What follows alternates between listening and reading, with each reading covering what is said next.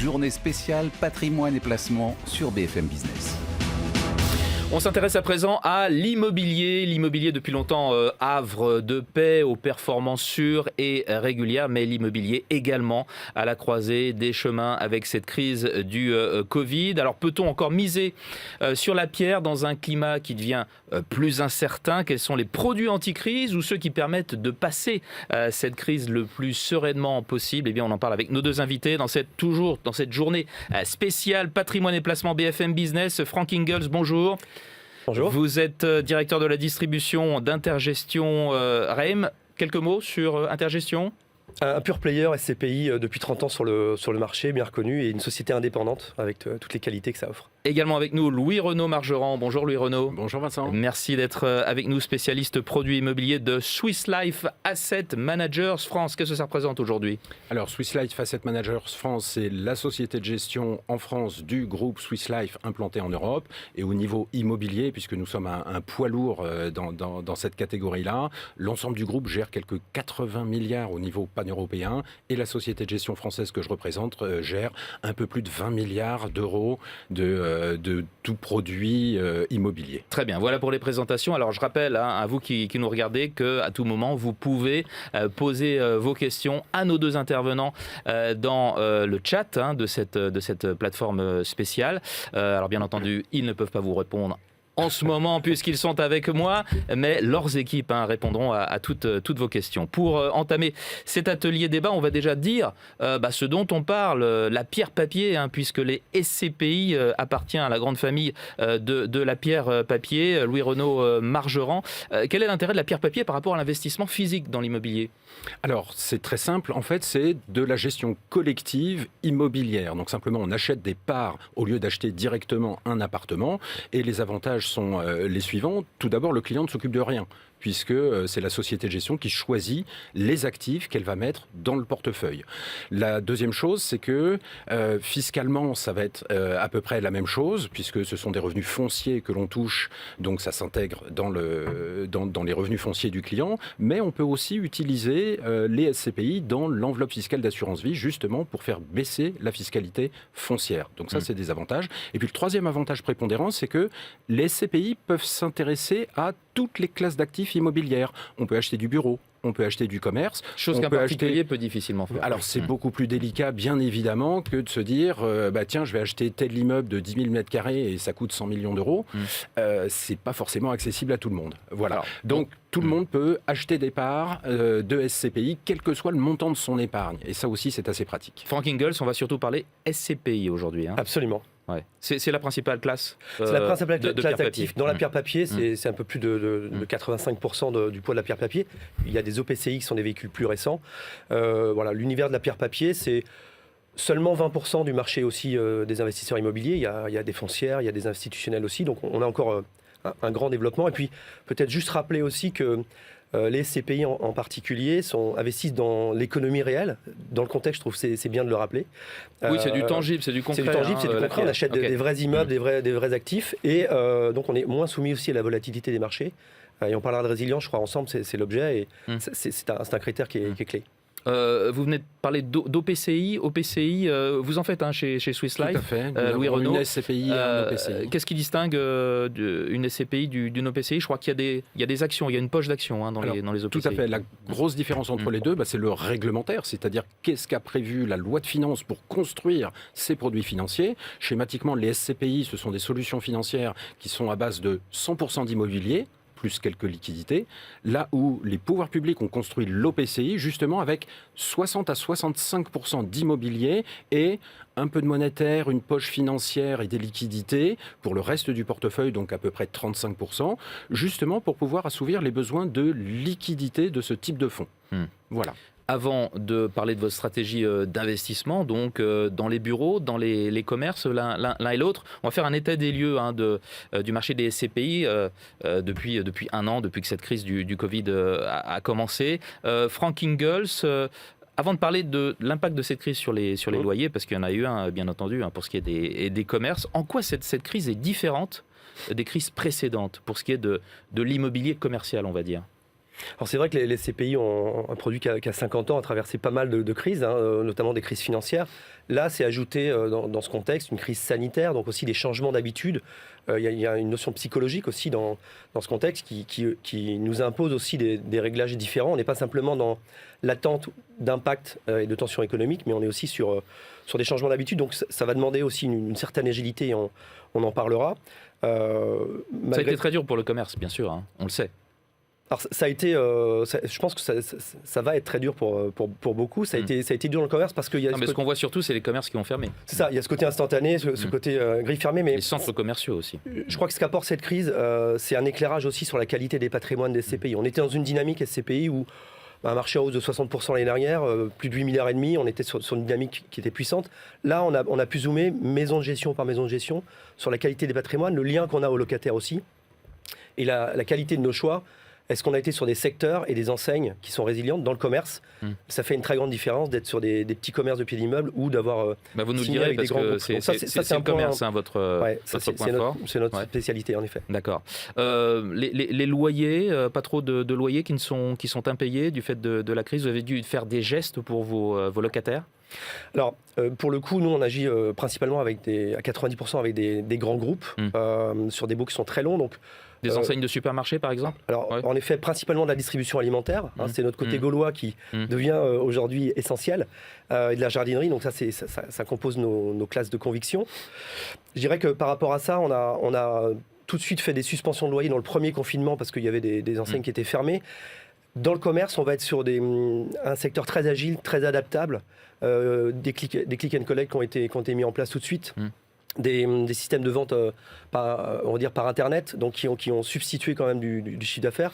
Donc on a suspendu les loyers, ça ne veut pas dire qu'on ne va pas les encaisser, et on s'est accordé avec nos locataires pour les amortir après. Donc on n'a pas eu d'annulation comme ça a pu se faire sur du tout petit commerce par exemple. Louis-Renaud Margerand, comment ça s'est passé jusqu'à maintenant pour Swiss Life? Vous, c'est surtout dans les bureaux que vous êtes présents. On parle beaucoup de télétravail, bien entendu, d'entreprises qui ont allégé leurs équipes dans leurs bureaux. Quel genre d'impact ça a eu pour vous? Alors, concernant Swiss Life et concernant nos solutions, c'est vrai qu'on est plutôt un acteur de bureau pour une raison très simple, c'est que le bureau, en fait, ça reste le marché majeur de l'investissement en France et en Europe. Alors, ça ne veut pas dire qu'on ne fait pas du commerce ou de l'hôtellerie, on en fait aussi en termes de diversification dans nos portefeuilles, mais de façon marginale. Par rapport à cette situation, en fait, il y a justement différents échelons par rapport à cette phase de crise. Mais pour se concentrer sur le bureau, en fait, il y a très peu de reports de loyer et très peu d'annulations de loyer. Puisqu'on a des portefeuilles diversifiés, ces reports et ces annulations se sont plus portés, par exemple, en ce qui nous concerne, sur l'hôtellerie. On est un très gros acteur d'hôtellerie. Donc oui, forcément, il y a un impact immédiat qui est lié au Covid. Je cite des chiffres, tout simplement, pour préciser les choses, mais au final de l'année, nous avons accordé seulement 4% d'annulation de loyer à certains de nos locataires. Donc en fait, l'impact... Là, ce sont des annulations, ce ne sont pas des reports. Oui, il y a eu des reports et aussi quelques annulations avec quelques locataires, parce que fallait tout simplement leur donner la capacité à rebondir après Covid. Il vaut mieux garder un locataire plutôt que de s'en séparer. D'autant plus que dans l'hôtellerie, nous avons des baux très longs. Ce sont des baux de 12, 15, voire 18 ans devant nous. Donc, il ne faut pas se froisser avec ces locataires. Vaut mieux négocier. Et nous avons négocié effectivement à juste titre pour leur permettre une reprise économique après cela. Et finalement, à la fin de l'année, on verra que la perte sèche pour le client final, puisque ce que l'on n'encaisse pas comme loyer, c'est ce que l'on ne pourra pas distribuer aux clients. Nous n'avons accordé qu'un petit peu moins de 4% d'annulation de loyer. Donc finalement, 96% des loyers est assez minime. Soit payés, soit peut-être un petit peu décalé, soit légèrement reporté, mais ça va se facturer en début d'année prochaine ou dans les 6 prochains mois de l'année.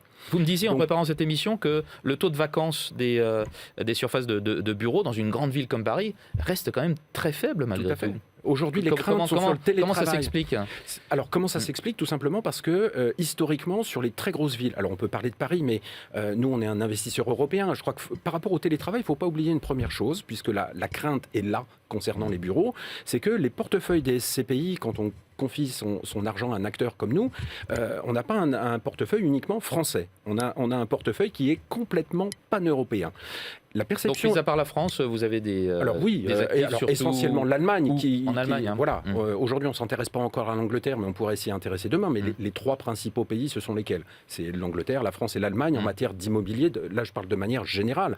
On s'intéresse aussi, bien sûr, à l'Espagne et à l'Italie. Mais quand on fait du bureau en Italie ou en Espagne, il va être situé à Barcelone ou à Madrid ou à Milan pour l'Italie. Et dans ces grandes pour l'Allemagne, villes-là, ça sera uniquement sur les 5 plus grosses villes allemandes. Dans ces grandes villes-là, malgré la crise, la demande reste forte. Il y a absolument peut-être dans certaines une forme de pénurie. Alors, il y a pénurie d'offres de qualité de très longue date, en fait. Ça fait plus de 10 ans, et donc les taux d'occupation restent très forts. Alors, ils ont un petit peu baissé ces taux d'occupation, mais prenons l'exemple de Paris. Avant Covid, il y avait 1,8% de vacances à Paris, c'est-à-dire c'est une situation de plein emploi. Exactement.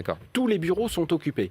Post-Covid, la vacance a un petit peu remonté. On est à 2,1 aujourd'hui. Bon, il n'y a pas de catastrophe. Il n'y a pas de catastrophe. Rappelons-nous la sortie de crise de 2008-2009. Les SCPI étaient sur des taux de vacances à l'époque, pour les Paris régions parisiennes, aux alentours de 7%. On en est très loin. Donc les résultats ne sont pas mis à mal. On va parler de votre stratégie donc en ce contexte de Covid, mais aussi dans un contexte où il faut préparer le rebond, bien entendu, que tout le monde attend de l'économie l'année prochaine, si tout va bien.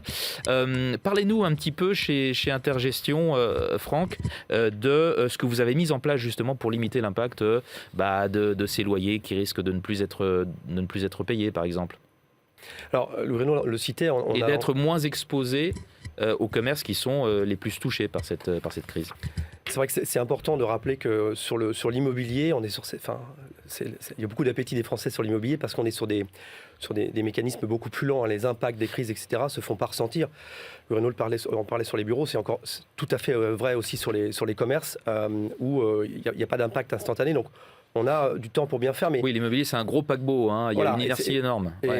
À la fois, c'est important de dire aujourd'hui qu'en tant que maison de gestion, on peut avoir une vraie agilité dans l'immobilier. Ce qu'on a fait chez Intergestion, pour être très concret, c'est dans cette crise d'accélérer le rythme de nos acquisitions pour essayer on va dire, d'attraper des opportunités et de maximiser aussi... Parce qu'il y en a qui se sont présentés très rapidement. Il y en a toujours sur le marché, il faut être vif. Les bons actifs, on le disait, sont voulus par plusieurs. Je parlais de notre taille à nous, d'indépendants, fait qu'on peut être aussi très agile. C'est un monde, le commerce, qu'on connaît très bien depuis plus de 10 ans maintenant. Donc on a su saisir des opportunités en renforçant finalement notre stratégie sur la vraie question au commerce, c'est de dire quels sont les secteurs... les plus résilients, on va dire, aux tensions économiques, et là on en parle, et puis quels sont ceux qui sont le moins exposés au digital. Parce que ça, c'est le grand point clé. Et pour nous, c'était en effet la distribution alimentaire, dans laquelle on est passé de 25 à 50% de notre classe d'actifs. Donc, dans quoi, dans votre fonds, dans votre SCPI qui s'appelle Crystal Rent. Voilà, sur Crystal Rent, on peut montrer aussi, même s'il y a cet effet paquebot, qu'on peut être rapide. On a doublé nos investissements d'une année sur l'autre, donc on a su réagir aussi dans ce contexte de crise. Il y a des opportunités, il y a des risques dans les crises, mais il y a toujours des opportunités. Donc le fait d'être capable d'acheter de bons actifs avec des... Donc c'est quoi? C'est plus de supermarchés, notamment de proximité, parce qu'on a vu bien entendu pendant le confinement que c'est ce qui marchait encore, la proximité. Alors l'idée, c'est en effet toujours d'adapter l'investissement au contexte des habitudes. Et la réaction qu'on a eue dans la distribution alimentaire, c'est de maximiser le soft discount, qu'on appelait hard discount avant. Des noms d'enseignes bien connus, Aldi, Lidl, par exemple, dans cette catégorie, et de la proximité, des commerces de proximité, donc des Inter, du Carrefour Market, du Monoprix aussi qu'on connaît bien dans les centres urbains. Donc là où on a des mécaniques aujourd'hui qui sont très fluides et très réactives, je le disais, les click and collect se sont développés dans plein de magasins. Donc fermé, pas fermé, contraint, on reste chez soi, ça marche encore.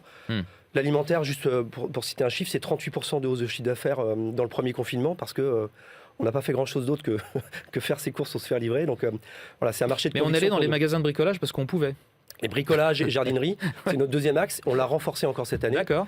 Et là, on se concentre aussi beaucoup sur son chez-soi. Donc, ça paraît basique, un brin gaulois, mais c'est suivre ces tendances-là. Deuxième fois que vous dites gaulois, là. Ouais, on le revendique parce qu'on est une SGP qui investit principalement en France sur D'accord. Crystal Rent. On a du pan-européen aussi par ailleurs, mais sur Crystal Rent, on l'a gardé en France parce qu'on maîtrise très bien ce marché et qu'il y a aussi une vraie profondeur de marché dans le commerce en France. Louis Renaud Margerand, votre stratégie dans Pierre Capital, hein, votre SCPI principal, vous avez modifié un petit peu votre portefeuille, vous avez fait des ajustements dans quel sens ? Des ajustements, pas forcément, Ouais. mais en fait, on avait pris des positions déjà depuis plusieurs années. Nous, l'objectif, c'est... Alors, dans Pierre Capital, il y a deux objectifs qui sont un petit peu différents. Le premier objectif, c'est effectivement les bureaux que l'on appelle core, c'est-à-dire C'est pas pour rien que ça des s'appelle très Pierre grosses villes. Capital d'ailleurs, hein. De la Capital, pierre les grandes capitales. Dans c'est ça les capitales, tout à fait. Il y a un E à capital. Ah, c'est ça. Et Ça y est, puis on la comprend, moitié du d'ailleurs. portefeuille est tournée vers des stratégies de diversification, un petit peu de commerce, un petit peu d'hôtellerie éventuellement. On a aussi une salle de sport. Donc, je crois que l'intérêt de la situation, c'est de se dire justement, c'est un double moteur de performance. C'est-à-dire que quand on s'intéresse uniquement à des marchés bien situés, je vous prends un exemple très simple et factuel. Aujourd'hui, il n'y a strictement aucune baisse des prix pour peu qu'un immeuble de bureau soit très bien situé justement dans ces grandes capitales. Et ce sont aussi des situations locatives qui sont beaucoup plus pérennes que d'autres zones. Première couronne d'une petite ville de province, oui, en phase de crise, sera plus volatile et le jour où vous perdez un locataire, vous mettrez peut-être plus de temps à en retrouver un nouveau derrière. Alors que sur les grosses villes, vous avez cette pénurie d'offres qui fait que globalement, c'est pratiquement toujours loué. Donc on n'a pas trop de crainte par rapport à la crise économique. Et donc notre stratégie continue dans cette direction. Des bureaux bien situés qui pourront aller chercher du rendement locatif que l'on appelle sécurisé, c'est-à-dire des beaux locataires sur lesquels on a la quasi-certitude d'avoir des beaux lots et des loyers récurrents sur le long terme, et puis un potentiel de valorisation, parce qu'il ne faut pas oublier que l'immobilier marche sur deux jambes, le rendement immédiat, mais aussi la valeur à long terme. Et ça, il faut aller le chercher dans les zones core, comme on dit, dans les zones prime. Ce sont les actifs qui pourront vous procurer le plus de valeur demain. Donc il n'y a pas de changement de fusil d'épaule. On conserve notre stratégie core, justement, pour aller chercher du rendement sécurisé pour nos clients, pour nos associés. Cette crise n'a fait que renforcer ce qui était déjà à l'œuvre en fait, hein, pas seulement dans l'immobilier d'ailleurs, hein, c'est ce qu'on entend dire depuis des mois. Hein. Toutes les tendances qui étaient à l'œuvre ont été accélérées ou renforcées par cette crise du Covid. Absolument. Dans l'immobilier aussi. On peut dire que c'est dans l'immobilier aussi. Il y a des tendances qui vont s'accélérer. On peut revenir très brièvement sur le télétravail. Les gens ont peur du télétravail. En fait, il ne faut pas avoir peur du télétravail. Au début, on trouvait ça génial. Alors, au début, on trouvait ça génial, effectivement. Mais votre remarque est tout à fait pertinente. Aujourd'hui, factuellement, l'ensemble de l'immobilier n'est pas prêt à passer complètement au télétravail et l'ensemble des gens ne sont pas prêts à passer au tout télétravail. Beaucoup en sont revenus, donc ouais. ça va progresser. Bien sûr, le télétravail va augmenter, mais les bureaux ne seront pas vides demain pour une autre raison très simple, c'est que d'abord, ça nécessiterait éventuellement un déménagement. Et pour pouvoir déménager, il faut pouvoir trouver un autre bâtiment. Mais pour une entreprise, comme on est en déficit d'offres, ça ne va pas se faire du jour au lendemain. Et puis, par rapport à ce que vous disiez, et j'aime beaucoup parce que pas beaucoup de monde en parle, je trouve, on a un autre problème sur le télétravail qui est l'habitation. Moi, j'aimerais qu'on pense à tous les gens qui habitent en appartement et qui se retrouvent un couple. Aujourd'hui, le couple, les deux travaillent et se retrouvent enfermés dans leur appartement.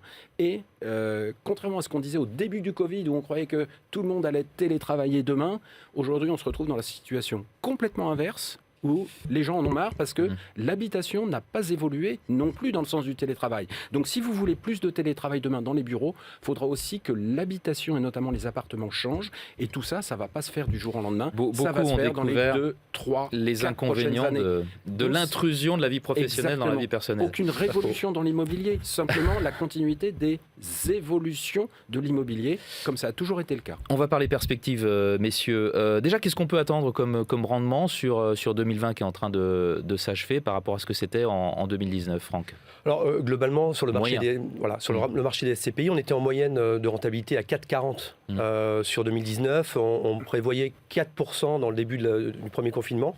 On a des perspectives qui sont entre 4,10 et 4,15 aujourd'hui. Donc, un léger fléchissement, mais à comparer aux autres classes d'actifs dont on parle dans cette journée, on va avoir quand même un impact très limité. Pour nous, chez Intergestion, on distribue historiquement plus de 5% sur Crystal Rent depuis son origine.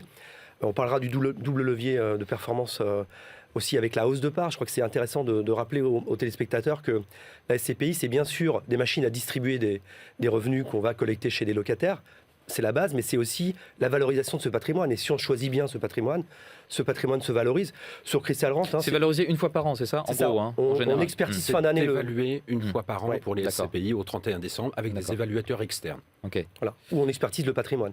Donc, autour de 4%, Louis Renaud, pour Sur cette le marché, année, ça vaut 4 à aussi 10. ce que... Ouais. Voilà, sur la SCPI PR Capital, je La vais vôtre, être ouais. exactement dans le même cas de figure. Ouais. Avant Covid, on avait prévu une année à 4,5% de rendement, puisqu'on puisqu'on connaît bien sûr le taux qui est facturé aux locataires.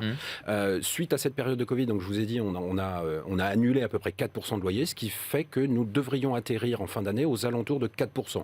4 plus, 4 moins, pour l'instant on ne sait pas exactement, mais aux alentours de 4%. Donc il n'y a absolument pas péril en la demeure. Et je peux même vous annoncer que compte tenu des prochains investissements que nous allons réaliser, non, c'est pas un scoop, c'est simplement dire que les résultats vont commencer à se redresser en matière de distribution de revenus à partir du premier ou deuxième trimestre. Donc le rendement va remonter. Le rendement va en 2021. Dans le courant de l'année 2021, nous avons fait des nouveaux investissements qui sont relutifs, c'est-à-dire qui apportent un peu plus de valeur que la moyenne du patrimoine. Et ça, c'est la conjoncture qui le permet, puisque dans une conjoncture qui est quand même tendue, il ne faut pas se le cacher, il y a aussi des opportunités d'achat. Et ces opportunités d'achat, on vient d'en saisir une, elle apportera du boni en termes de rendement pour notre SCPI. On va revenir au niveau d'avant Covid. Opportunité d'achat, ça nous amène à la valorisation des parts du fait de la valorisation de votre capital immobilier. Les prix baissent ? Ça dépend où. Et ça dépend des classes d'actifs. C'est très variable. Je parle plus du bureau, puisqu'on est un peu un acteur sur ce sujet-là. Je peux vous garantir que les prix des bureaux, pour peu qu'ils soient très bien situés, ce qu'on appelle le QCA, les quartiers centres d'affaires, n'ont pas bougé d'un iota depuis la reprise des transactions ces derniers mois. Vous pouvez regarder ça en France et dans toutes les grandes capitales. Aujourd'hui, il n'y a pas de baisse des prix. Par contre, et il faut être juste, sur le bureau, oui, il commence à y avoir des petites baisses de prix, mais comme par hasard, sur des actifs qui sont moins bien situés, et avec des locataires qui sont de moins bonne qualité ou des baux qui sont plus courts. Donc on retrouve une hiérarchie du prix à l'acquisition qui est plus normale qu'avant Covid. Voilà. Donc et un les bien valeurs plus de part risqué rapporte plus, mais un bien moins risqué rapporte un petit peu moins. Et les valeurs de part chez vous ? Il y a vraiment quasiment aucune évolution d'ici la fin de l'année. Il y aura peut-être une petite baisse parce que nous avons un hôtel. Et oui, la partie hôtelière, en termes de valorisation, bien évidemment, va plus baisser. Mais on ne changera pas de stratégie. A contrario, la classe d'actifs hôtelière, c'est peut-être celle qui va le plus baisser en valeur. Mais qui va le plus remonter quand tout va repartir. Oui, dans les 2 ans. Donc la valeur de réalisation va très peu bouger en fin d'année. Et en tout cas, de pas de quoi changer le prix de souscription du client. Frank Ingalls, les prix. Prix des surfaces et valorisation des parts. Alors juste un point, parce que j'ai beaucoup parlé d'agilité, donc sur l'aspect de la performance, on disait 4 en moyenne. Oui. Crystal Rent, c'est 5% de distribution, et c'est 4,85 en perspective de cette année pour être prudent, plus les hausses de parts de l'ordre d'environ 2% par an. Donc, sur l'aspect de... Et ça va continuer, ça ? Ça va continuer parce que le patrimoine s'est beaucoup étoffé. J'ai parlé de notre agressivité en acquisition. On a rentré du patrimoine sur les expertises qu'on a, parce qu'avant d'acheter, on a expertisé, on a acheté plutôt sur un bon prix, donc on attend des hausses aussi de valeur. Après, ça va dépendre aussi du business dans le commerce. C'est souvent attelé au chiffre d'affaires de chacune des enseignes. Donc si c'est la catastrophe économique dans les années qui viennent, il y aura forcément des baisses. Mais je pense que sur les 2 points, sur la mécanique de distribution, qui est ce pourquoi on achète souvent des SCPI au départ pour avoir du rendement trimestriel, aujourd'hui on attend au moins 5% pour l'année prochaine, sinon plus, puisque les loyers qu'on a suspendus seront récupérés en 2021. Si tout va bien ?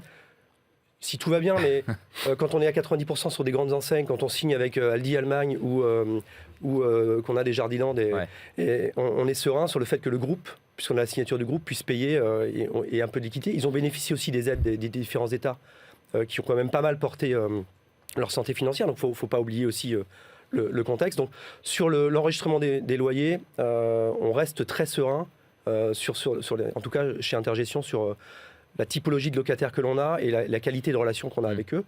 Et le business se porte plutôt bien dans cet univers-là, en dépit du contexte.